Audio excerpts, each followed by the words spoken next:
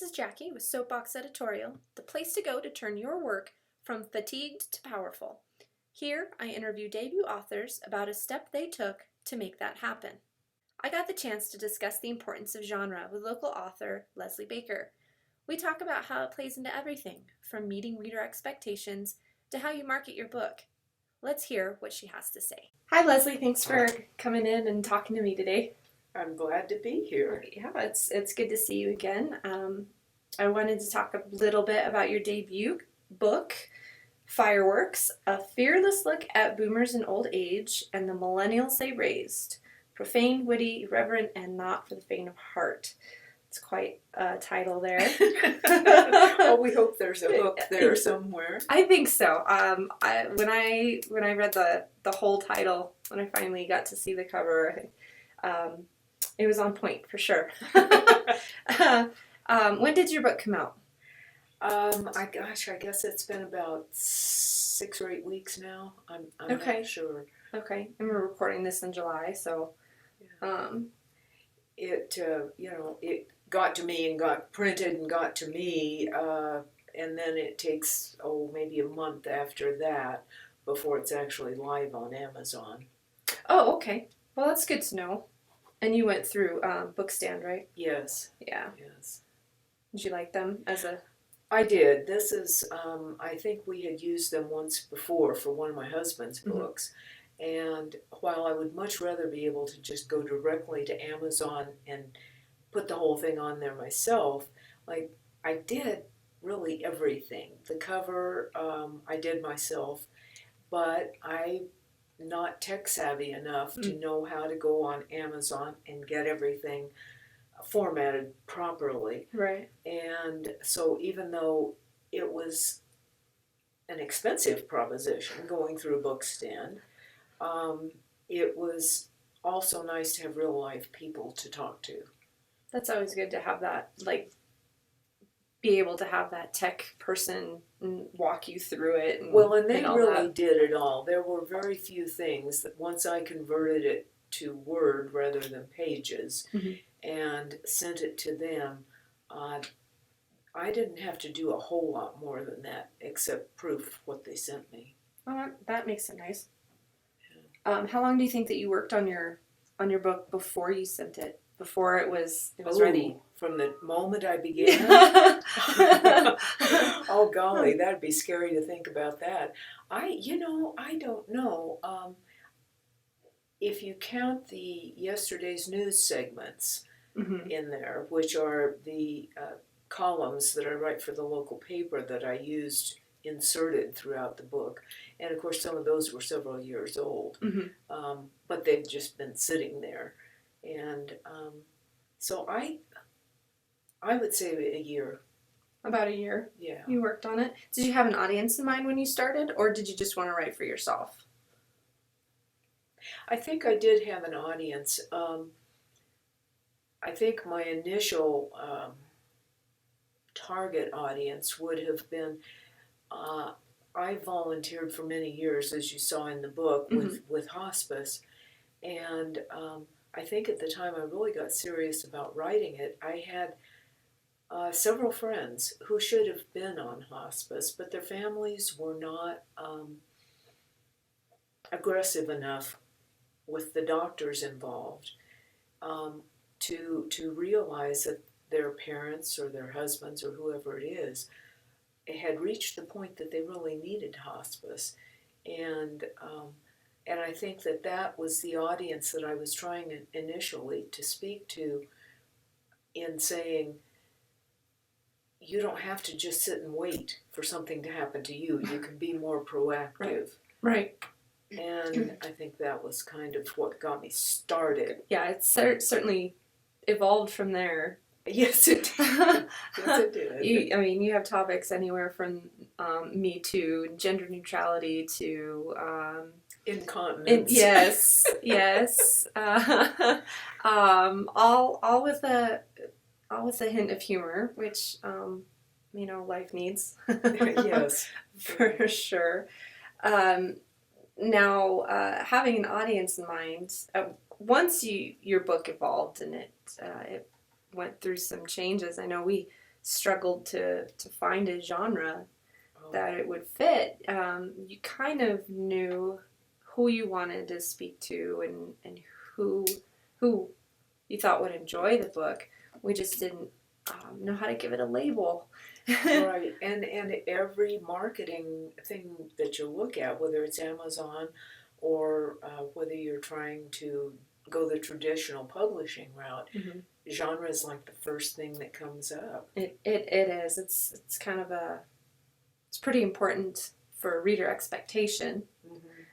Which what did you finally decide on for genre? I don't know that it's labeled as a genre anywhere.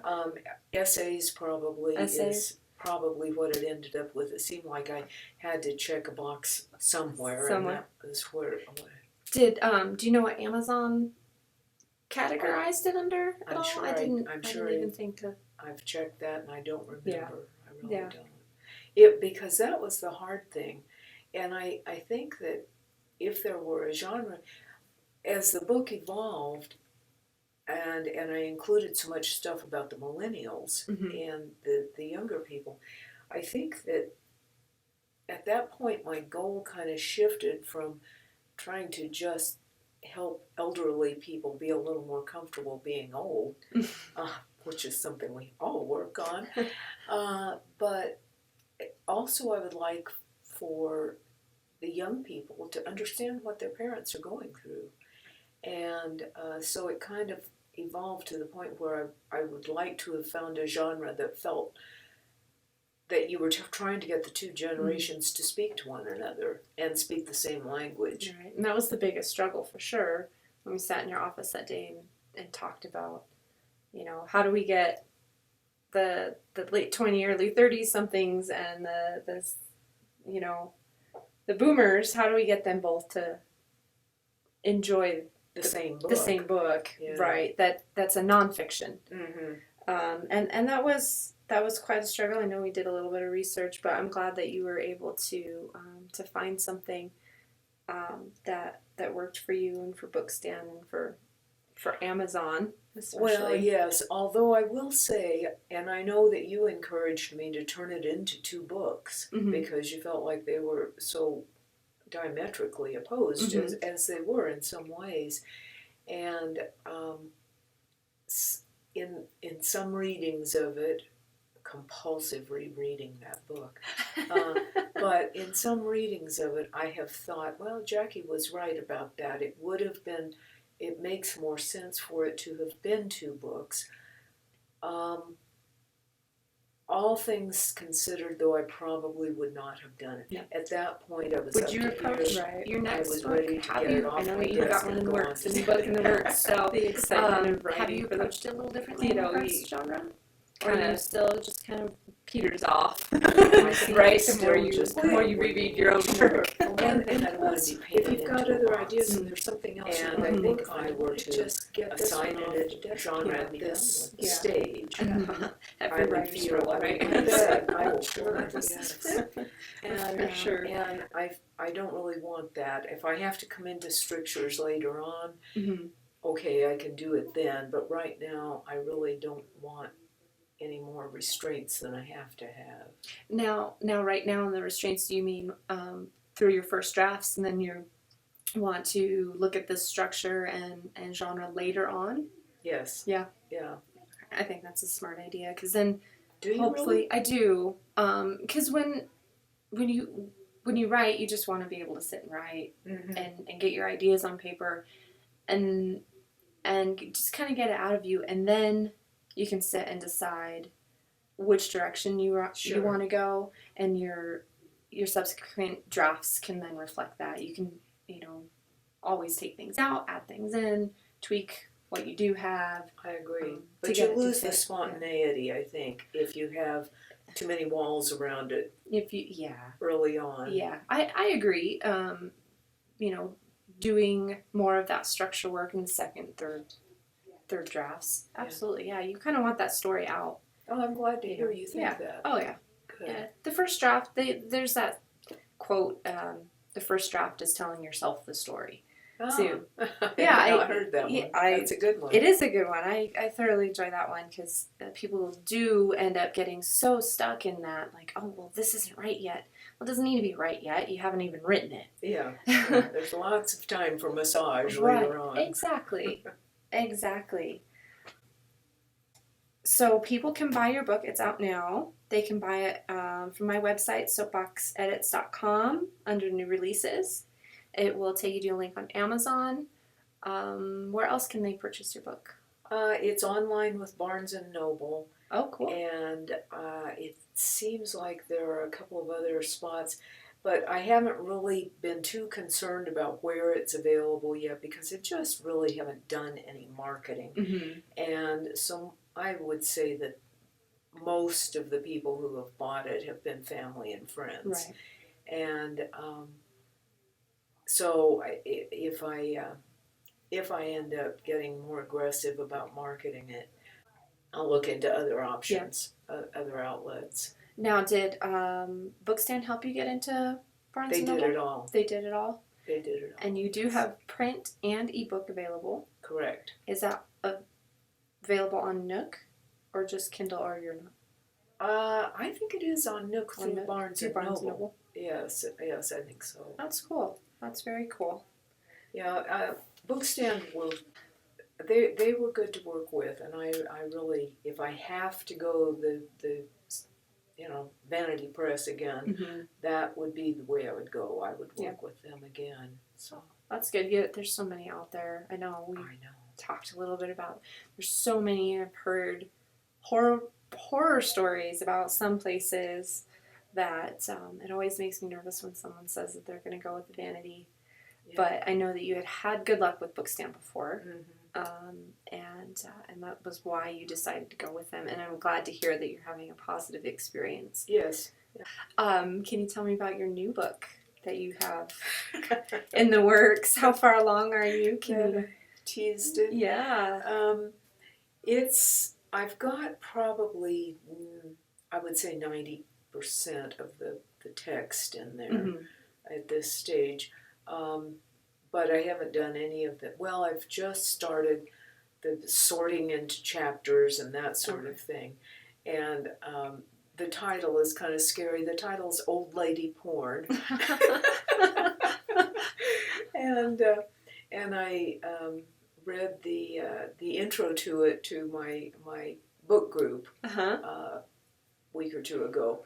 And they loved it. They laughed all the way through the intro. Great. So I'm going, yes, that's what I wanted. That's good to hear. Yes, yeah. And basically it's just a bunch of very short stories, and kind of thinking old ladies like me will take it to bed at night for the short stories, but it's not really pornographic.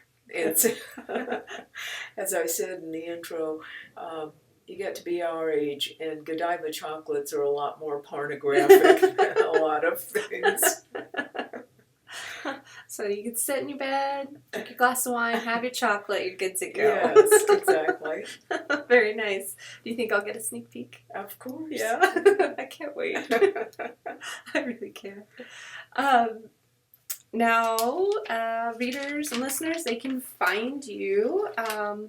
Also, on my website, you've got an author page on there, soapboxedits.com/Leslie-Baker-author, because I could have made that longer. But there they can find out a little bit more about you, about your book Fireworks. We'll probably throw something up there pretty soon about your new one, I hope. I hope. But where can people get a hold of you? Where can they contact you? You have an email address? I have email, and I'm on Facebook, but I don't even know my Facebook address. You can undoubtedly go and look up Leslie Baker and Facebook, and after you nipped at me about getting a social media presence, just a little one, I kind of tried to get a little more serious about it, but it hasn't worked out so far. You were doing okay on Twitter there for a while. I did a few little things. You did. I just Okay. hate it. Uh, I'd rather eat glass than Oh, do that no. social media stuff. It's yes, it can be rough. What's your email for people to get a hold of you? It's lbaker, REI, @gmail. Well, thank you, Leslie, for coming down and talking to me. And Well, this has been fun. Yeah. It's been nice to see you again. Likewise. We'll have to get together another time. Okay, we'll do it. Great, thank you. Thank you for listening. When you'd like to learn more about how I can help you step up your story from fatigued to powerful, or you'd like to be featured on Soapbox Talks, visit my website, soapboxedits.com. And don't forget to follow me on Facebook and Twitter. And stay tuned for more powerful training content on my blog. Goodbye!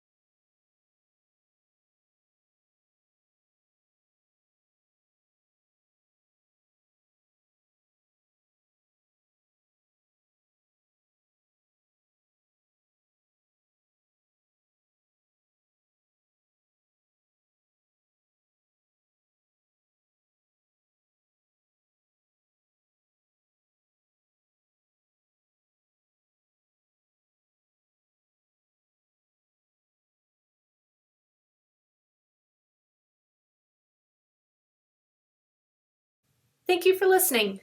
When you'd like to learn more about how I can help you step up your story from fatigued